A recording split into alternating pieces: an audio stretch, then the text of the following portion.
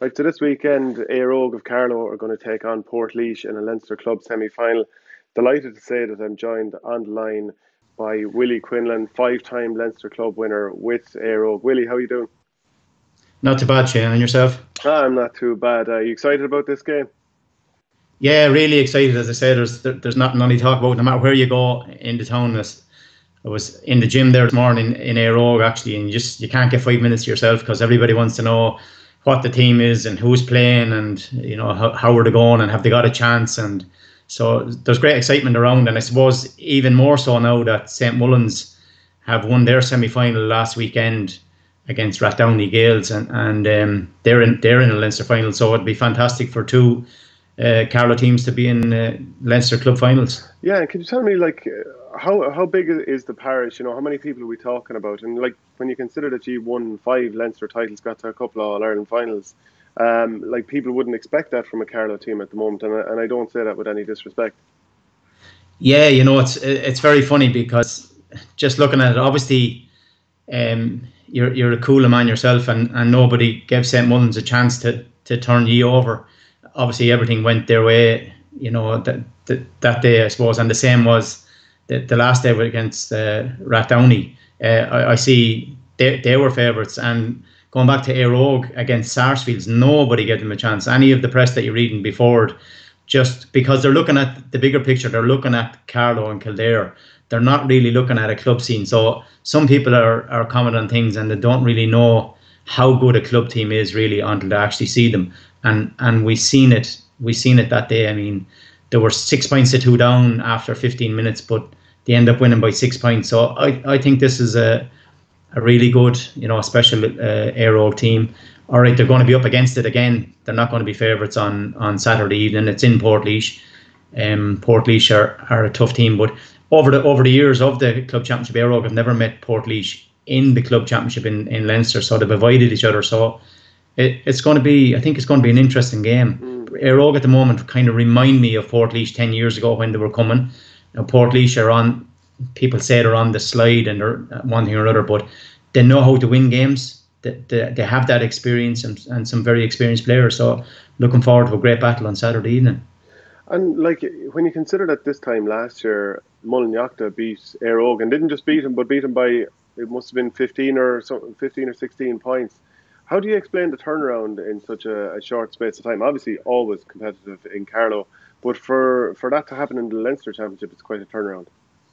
Yeah, I think a couple of things. I suppose everything went very well for Mullinachta that day. Just team clicked on the day. Eire Og got a man sent off early. I mean, that's not an excuse. They ended up with two or three sent off. The discipline went. Nothing that they tried in their game plan seemed to work. And Yeah. and you're right, they were beaten by 16 points. And we seen what Mullinachta went on to win a Leinster and deservedly so. The turnaround, I suppose, possibly could be down to maybe this is their third year of winning their club championship in Carlow. So the experience that's bringing alone is immense and is really pushing them on.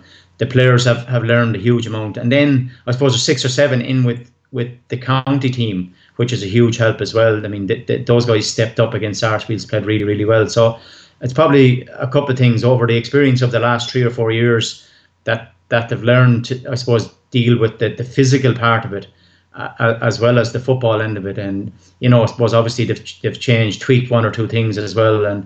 And for me this year, really, their backs are playing really, really well. Mark Fitzgerald is in full back. He's been there for a few years, but hadn't really stepped up to the plate. You're kind of iffy, on him the last couple of years. But this year, he's just been immense. He's been brilliant. He's man of the match in the last game against Sarsfield. He's been outstanding against Castletown. And that's been, I suppose, the rock that they're starting on. The very good midfielder in Sean Gannon and Owen Root, which are two inter-county players. And then I suppose the youth that they're bringing, Jordan Morrissey has come onto the team. He's only 20. Ross Dunphy is the same. And the physicality and I suppose the youth and the young legs that they're bringing. And then they've about, I suppose, they've 8 or 9 guys that are 24, 25. And they're the engine room of the team. And that's driving them on this year. When I look at the Leinster Championship, there was like 6 of 7 years that Dublin teams were winning it. Ballymun won it one year, St Vincent's probably won it 3 years, Ballyboden, who are back in there again, They have their semi-final against Garrycastle. They won it. But then the last 2 years, a Kildare team has won it, and then a Longford team has won it. Does that kind of make you dream bigger? And I know it's one game at a time, but it kind of does kind of feel like the door is a bit open for every other county. Yeah, it does. It definitely opens it when you look at Mullinockta, and then you look at Moorfield. I think it was in Kildare. They've won as well. So it gives every other county when they look at, I suppose, the underdogs, because let's face it, Dublin football, both inter-county and I suppose club, has been dominating for the last number of years. But when, as you said, for the last 2 years now, there's been a little bit of a break in the pattern when you go a Kildare team and into a Longford team. So other teams can see that, and they're building and looking, and it is taking one game at a time, which you have to do in this club championship. But a little bit of luck, obviously, along the way. You step into a final there, either Portlaoise or Eire Og on Saturday, and I think it's wide open. I think anything can happen in a final. And when I presume you'll be commentating on this game for KCLR. What's it like commentating on the sideline when your own team, be it Carlow or be it Eire Og, are out there? It's difficult enough, because you can get carried away. You can get a little bit excited when things are going well, and I suppose I'm with a very good guy called Brendan Hennessy, who's normally on the radio with me, and he's so calm, and he's so deliberate. Yeah, he's not always calm now. I remember when Mount Leinster. I know he got really excited when Carlow beat Kildare in Tullamore. He got a little bit excited, and myself the same. So it can be, you have to kind of check yourself an odd time because you can be looking at a game and thinking of the next move or the next step, and get a little bit carried away. So you have to kind of take a step back sometimes and think this is a job you're doing. You're looking at, you are reporting for the radio, so just report on what you see and don't get too excited about what's going on. There are times obviously that you do get excited because it is local radio and it is a local club, and it is my club, I suppose, from years, and my own son is involved in it as well, so it can be difficult enough at times, but you do have to maybe just bite your tongue a little bit at times, just to settle back down a little bit. All right. Yeah, it sounds like the perfect storm. So just to reflect on your own career, those 5 Leinster titles you've won, 1992, 93, 95, 96 and 1998. And of course you scored that crucial goal against Kilmacud. I only saw it came up on Twitter yesterday. When you reflect on all those massive wins that you had, does any day stand out more than any other? Any day, I suppose. I actually missed the first. I missed the first Leinster for Eire Og. I missed the 91-92. I hadn't been playing 6 months ago. I had a bit of an injury, and then I actually transferred to a local team in Enough here, Grey Cullen. So I would have missed out on I still listen to that. Lads still say, I still hear lads saying, if you were playing that day, we would have won the All Ireland, we would have done this. That's something that we'll never know, and never. You can't go back in time. But I suppose a couple of games, definitely that game against Kilmacud. There was 2 replays. We drew in Newbridge, drew in Tullamore, which I missed the Tullamore one as well because I broke 2 ribs on the first day, but came back for the final. Those broken ribs are particularly bad. I did that before. That feeling of like getting shot in the side. That's right. And I actually done everything. The game came, I suppose, too quick for me. I got an injection on the Thursday off a local doctor here to do a training session, but I just wasn't able to respond. I definitely wouldn't have been able to play.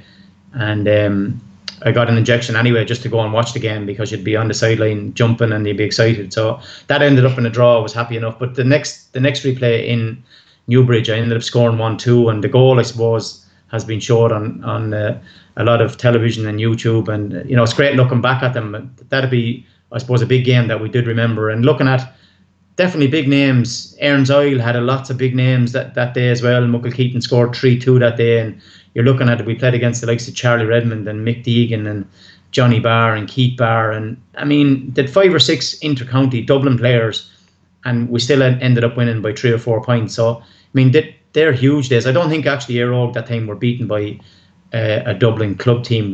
We were beaten by, could have been Sarsfields. We drew with them in Newbridge, and they beat us in Dr. Cullen by a point.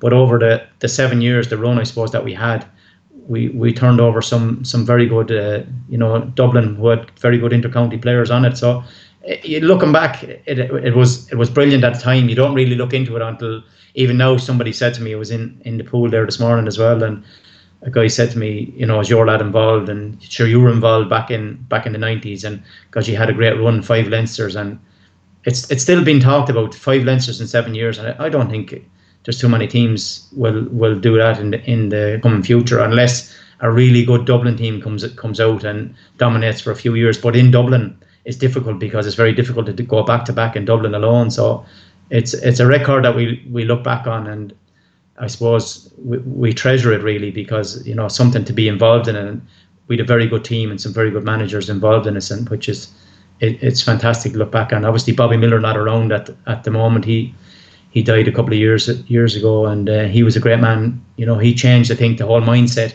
of football in Eire Og, and the fitness levels, which was huge to Eire Og. Probably the footballers were there; they just needed that boost, that little bit of boost, and hopefully on Saturday that our lads can do the same again. Yeah, because you mentioned replays throughout that run there, your Leinster runs. 1993 All-Ireland final against the Donovan Rossa, that was lost after a replay, and I think he conceded 4 goals in the All-Ireland final against Lawn Rangers in 1996. As much as the Leinsters are still brought up, are those All-Ireland finals still brought up a lot? They are indeed, and the big one was the first year, I suppose, was the O'Donovan Rossa, where we still look back at a sideline ball which Garvin Ware was actually pushed out over the line, and is little things, and you're thinking that was definitely a free. If it went down the other way, the ball went to Mick McCarthy and he popped it over the bar to level the match. And then I suppose the goal that they got in Limerick, where it was taken from a free, it went straight to the back of the net, nobody touched the ball, but still the referee blew as a square ball and gave it back out. And you think if that one had been given, it definitely they would have won the All-Ireland, because the game was over. So there are little things, and we did concede 4 goals that day as well. I suppose every time we got a point, they went down and got a goal, and we're just unlucky that day that we met, I suppose, a very good Kerry team, and who had some outstanding Kerry senior inter-county players as well. Billy O'Shea, I suppose, would be one of them, the 2 Hassets, and they were outstanding as well. I suppose the Cork team were much the same. They were an excellent team as well, and it's just you need a little bit of luck on the day. We definitely didn't get the luck in Croke Park the first day, and definitely in Limerick with that goal. That's another little bit of luck that you get on the day. The goals go with you. Sometimes they do, sometimes they don't, and they didn't for the 2 All-Irelands. I guess they still talk about not winning an All-Ireland, so it'd be great to put that right. Obviously, we're a long way from being up to that level at the moment. We're just taking game by game, and it's a big game for us on Saturday against Portlaoise. And you stayed playing on for a very, very long time. What year did you finally retire from playing? I was 45 when I won a junior championship with it. I won the last senior I won. I was 42. Right. Yeah, I got regraded then and won an intermediate championship. And I actually stayed playing. I coached a team. My own lad was on it for about 16 years in Eire Og, and there was 12 of them on the junior team the same year that I played with to win the junior final. Right. And that year we went back to the club and had a look at the video, and I thought to myself, oh my God, it's time for me to call it a day, because obviously I was playing with my own son. There was other guys that were the same age as him, and I just thought, listen, there's nothing more for me to win here, so it's time to call it a day. Yeah, that must have been great fun. Was it, playing with your son? That was, do you know what? That was incredible to have. He was playing 15, I was playing 13. Right. And it was just incredible to play. I have a younger guy who's 15, and he keeps saying to me, "You have to come back and play with me." But Right. I think that day is gone. But to play with them and so many young lads that I've coached for so many years, it was incredible. I got such a buzz out of it. I mean, all the Leinsters that we won, I think that was one of the most outstanding days that I can recommend for Eire Og. Even though it was only a junior championship, I got great buzz over it, really. Yeah, and you were telling me that you've had to get a partial knee replacement. I suppose a legacy of playing for so many years. Can you explain how tough or otherwise that's been? Yeah, that has been really, really tough, because when I stopped playing football, I actually started running, and I was running 7 days a week up to 2 years ago. Right. I've done a couple of marathons, but about 2.5 years ago, I started getting real problems with my left knee on the inside. Had a couple of procedures done, but they didn't work. So was it stopping you walking, or how bad did it actually get? I was in lots of pain, even working wise. I couldn't walk very far. Or the next day, what had happened is I get a Baker cyst on the back, which is a swelling into the back of the knee. So it was very painful, and it got so bad. So I just said, here, I need to get something done. So I went to a man in Eire Og called Turlough O'Donnell, and he said, yeah, I'll do a partial replacement. He said it's a lot easier than a full knee replacement. It's not as invasive, but you'll be back quicker. But it has been really, really tough. So does that involve like nipping away part of the kneecap, or what exactly comes out that a partial replacement's going in? Yeah, what they do is they cut the end of the fibula and they cut the end of the tibia. So they're cutting both bones at both ends, and they replace it by I think it's titanium on one side and a hard plastic on the other, right, which is drilled into the bone and cemented in on both ends. So I think you could get 15 years out of it, depending on what I suppose you get into. I'm hoping to get back running in the next couple of months. He told me it's 4 months. It was 2 months yesterday. So as I say, I'm still doing a lot of rehabilitation, and the first 4 weeks are really, really tough because you haven't got that movement. It's really, really stiff, and you seem to, even though you're doing the physio, the following day you seem to be back to square one. That you don't seem to be getting anywhere, and it takes probably 4 or 5 weeks to break that barrier that you do feel that you are movement. It is recovering. It is very slow, but hopefully in the next couple of months I'll get back to where I want to, maybe running or doing some sort of sports, whether it's cycling, running, swimming, or whatever it is. But I just love training, so I hope to get back to doing something. And then just to reflect on Carlow, where do you think it kind of went? Like, I mean, the last couple of years, it's been all talk about Carlow rising and how well everything's been going. But this year, probably not so well. And obviously, there was the situation where Turlough picked up a suspension, Brendan Murphy and Stephen Poitras, who has since left. Where do you think things are at with Carlow? I think the first two or 3 years when Turlough and Stephen Poitras came in was really, really good. He was changing. I suppose he's changing the structure of the team. He was making them solid at the back. But we weren't leaking, I suppose, goals that we had been other years, but we were finding it very difficult to score. Now, the game plan that he had set up got us out of Division 4, but I really think the game plan that he stuck with got us back into Division 4, because we never advanced it, we never pushed it on. We were playing with 13 behind the ball, and we were finding it very, very difficult to score, even against the Division 3 teams. So it kind of went stagnant in the fact that we didn't advance it. I mean, that game where you have 13 behind the ball is nearly gone now. I know most intercounty players or intercounty teams do play with a certain amount of players behind the ball, but if you look at Dublin and Kerry and those guys, the transition between defence and attack is just huge, and we didn't seem to have that. We didn't have that energy that we had that got us out of Division 4, that we beat Kildare in Tullamore, which is fantastic as well. That was, I suppose, one of the great days of Carlow football in the last number of years, and that was definitely down to Stephen Poitras and Turlough O'Brien. But we played Laois in the league final. We played them in the league here in Dr. Cullen Park. We played that 13 behind the ball, and we didn't win. So we went to the league final, and we done exactly the same, and we didn't win. And we played them in the Leinster, I think it was a semi-final after beating Kildare, and we played the very same game on the same day, and we didn't win. So to me, looking at it, we didn't learn anything from the first day. We didn't change anything. Laois just sat back in their half of the field, picked off our runners, turned over the ball, went up and got their scores, and sat back in, again. So you must change. You can't stay the same. You must keep moving on. I think it's going to be really tough for them this year, and it's going to be even tougher if Eire Og keep progressing into a Leinster final, and if they go one further, because I think the O'Byrne Cup is coming up in 3 weeks' time. The league will be a couple of weeks after that. So there'll be a lot of new players going in. There'll be obviously a different game plan because Stephen Poitras has left the scene. Yeah, I think he's taken a post in with the Down Miners at the moment. I know he changed jobs and he was finding it difficult. I mean, the travelling from down to Carlow 4 days a week, which he was doing for a couple of years, must have been took a lot, a big toll on him. But Thousands he of definitely miles. was. Yeah, it's huge. He brought great energy, into Carlow. He changed it.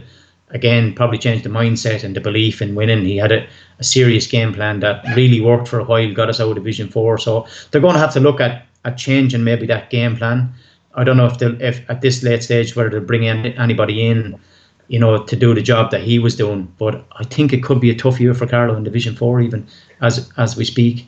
And if you're to look at the Tier 2 idea, where do you stand on this? Lots of people I know Thurl O'Brien's view on it, he's totally against it. But looking back we won a Be All Ireland and we won an O'Byrne Cup with Carlow. And when I look back at my career with Eire Og, right, we had a fantastic couple of years and won lots of club championships in our own county, won a couple of Leinsters. But if that Tier 2 wasn't in it back then, I'd look back at Carlow and say, well, we didn't win anything with Carlow. We won maybe a game here and a game there. But I can look back and say we won a Be All Ireland. We beat Westmeath. All right, that was our All Ireland. At the moment, we haven't a chance of winning an A All Ireland. So I think wouldn't it be great for a bunch of players to come together and win a Be All Ireland? And you look back, we had an outing 3 weeks ago, maybe 4 weeks ago, where 25 years ago we won a Be All Ireland, and they brought us back. Everybody was brought onto the field at half time in the Castletown game. We were brought after for a meal in the Talbot Hotel. We got to meet all the guys that you just don't meet when football is over. There's very few guys that pick up the phone to ring you. You wouldn't bump into that many players. So players, lives change. They get married. People go away. So it was great. Lots of players came back. We got to meet them. If you don't have that, you don't have it. And I think the likes of the Carlows, the Wicklows. I mean, Wicklow won a Tommy Murphy Cup and went off to America, had a great trip, and that's something that their players can look back to play, because they're in the same boat as Carlow and lots of other counties at the moment. I mean, you can dream about winning an All Ireland, but I think at the moment it's only a dream. So I think it would be this Tier 2. I think would be really, really good for the players. I know at the moment, Turlough's feelings on it. He's not in favour of it. He thinks it'll drag teams down and players won't end up playing in it. But to me, a Be All Ireland with Carlow was our All Ireland 25 years ago, and I think these bunch of players, if you asked a lot of them, if they won a Be All Ireland or never won an A All Ireland, which would they go for? I think they'd go for a Be All Ireland maybe. Because you've won stuff at the top level in the Leinster Club Championship. Was the feelings the same? Is it the same sort of joy? People, down, breaking down because they're so happy with winning it. Like, I'm just wondering, is there any way, shape, or form that it doesn't quite feel the same as winning something at the top level? Well, I mean, going back then, 25 years ago, we won. The game was in Tullamore, I think. We played Westmeath. We came back to Carlow and the streets were full. Really? The streets were full. We were marched up through the middle of the town. There was banners, there was flags. People were out cheering. They had a receptionist for us in the Royal Hotel. I mean, it was a great occasion. Yeah. So I don't think, obviously, everybody's dream is to win an All Ireland, but it is only a dream. There's probably 6 teams at the moment, maybe only 5 that can contest an All Ireland football final. Maybe a little bit more in the hurling, and I can't see that changing. I can't see the likes of Carlow, the likes of even Laois, Kildare probably a step above, even though Carlow beat them 2 years ago.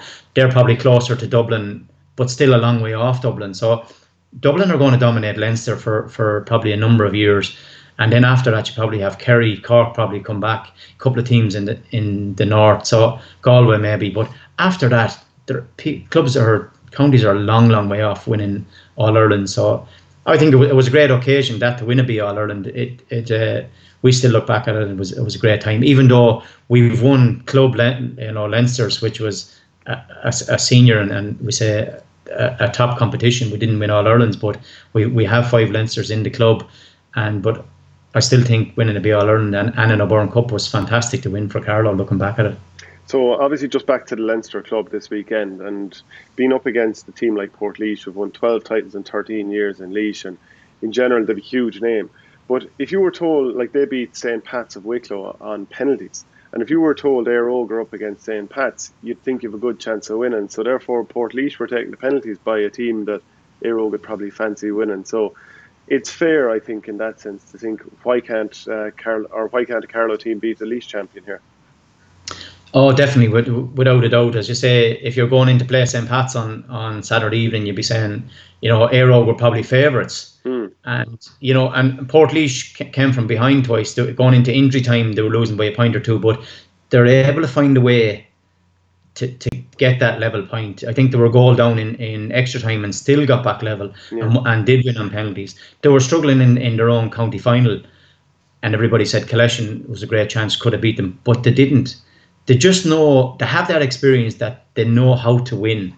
They've been around a long time, as you said, 13 out of 14 championships. So I think they're slight favourites, but they're not overwhelming favourites. It's not like going in Carlow against Ballyboden in Dublin or Garrycastle. Obviously, Ballyboden would be overwhelming favourites. Not saying Garrycastle couldn't turn them over, because they could. But I think it's really even game. On Saturday evening, Eire Og will definitely fancy their chances, but definitely I wouldn't be getting carried away thinking that Portlaoise are on the slide. By no means. They know how to win. I mean, Bruno's there, Brian McCormack. He's 38 years of age. The experience that he brings to that team is just incredible. The conditions probably will suit him, because it'll be a slower game. It'll be probably wet and heavy. They've Kieran Lillis in the middle of the field. A very big, strong, good fielder of the game. And obviously, Brody, if Brody plays, he came on as a sub the last day. I think Michael Nolan played in the goal. When he plays, he's nearly like the Cluxton of Dublin to the Portlaoise Brody, because he finds himself, carrying the ball out over the halfway line into the forward line. He's nearly a 15-man outfield, if that makes sense. He's brilliant. Yeah, he's great. He's so exciting to watch, and he doesn't seem to mind looking behind him. He just goes straight out the field. He carry the ball, and the players know exactly what he's doing. They'll lay it back off to him. He has pace. The one thing, if he got caught out and maybe the ball turned over and ended up in the back of the net, that might be a big bonus and give Eire Og a bit of a boost. So he's very hard stop. He's a good runner with the ball. It's very interesting. I just think Eire Og could be the Portlaoise maybe of 10 years ago, in that they have maybe that little bit edge on legs, on pace around the pitch. But it's going to be a tough game. I think it's going to be really, really close. I'm hoping for a good game, hoping for an Eire Og win, but it certainly won't be easy. The experience that Portlaoise does bring, but really looking forward to doing it on Saturday evening. Brilliant stuff, Willie. Appreciate you coming on OurGame, and enjoy the game. Great, no bother, Shane. Thank you very much. All the best.